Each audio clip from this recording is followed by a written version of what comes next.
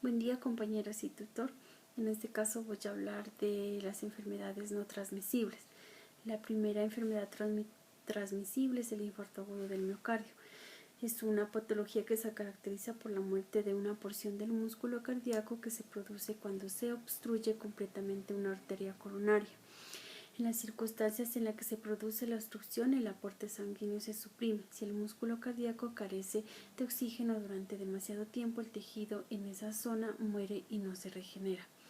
Los síntomas de esta enfermedad son el dolor progresivo en el centro del pecho irradiado al brazo, sobre todo el izquierdo, cuello y espalda, dolor torácico intenso y prolongado, presión arterial que puede ser en brazos y hombros, dificultad para respirar, sudoración, palidez, mareos, náuseas, vómitos, entre otras.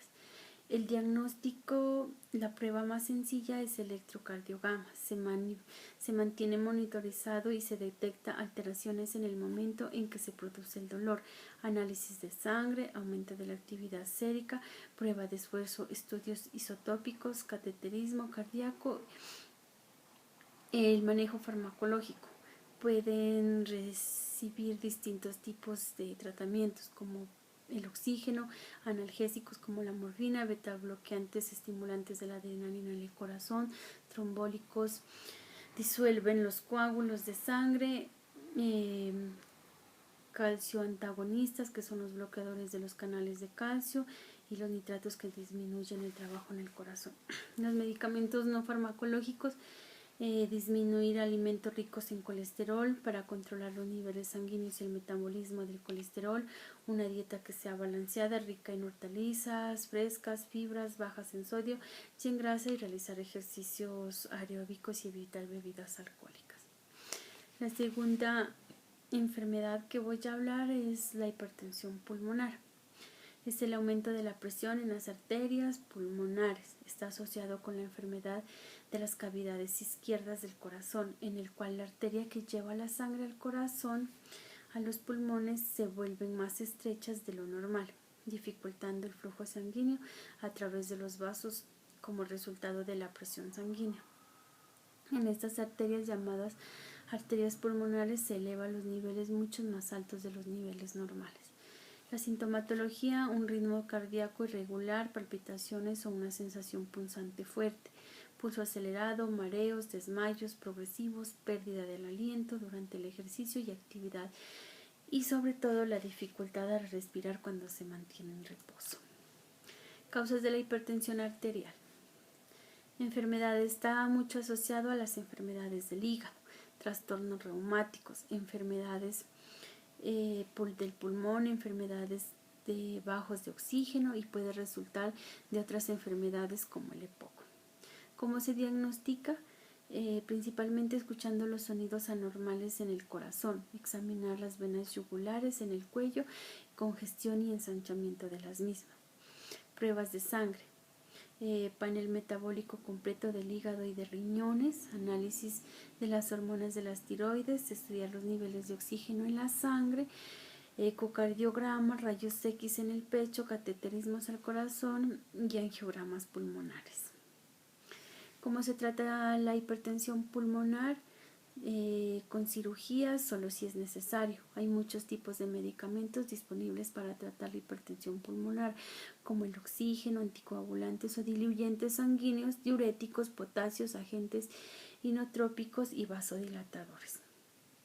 Las terapias quirúrgicas: cuando hay un coágulo en la arteria pulmonar, se puede eliminar quirúrgicamente para mejorar el flujo sanguíneo y la función pulmonar. Trasplantes de pulmón. Actualmente la única cura para la hipertensión pulmonar primaria es el trasplante. Está reservado para la hipertensión pulmonar avanzada que no responde a medicamentos. Trasplante de corazón y pulmón. Este tipo de trasplantes es necesario para los que tengan una combinación de falla pulmonar y cardíaca, que es muy rara vez que se dé. La tercera enfermedad que voy a hablar es la leucemia aguda pediátrica. Como su nombre lo dice, pues prácticamente es en los niños. Este es un tipo de cáncer de los glóbulos blancos.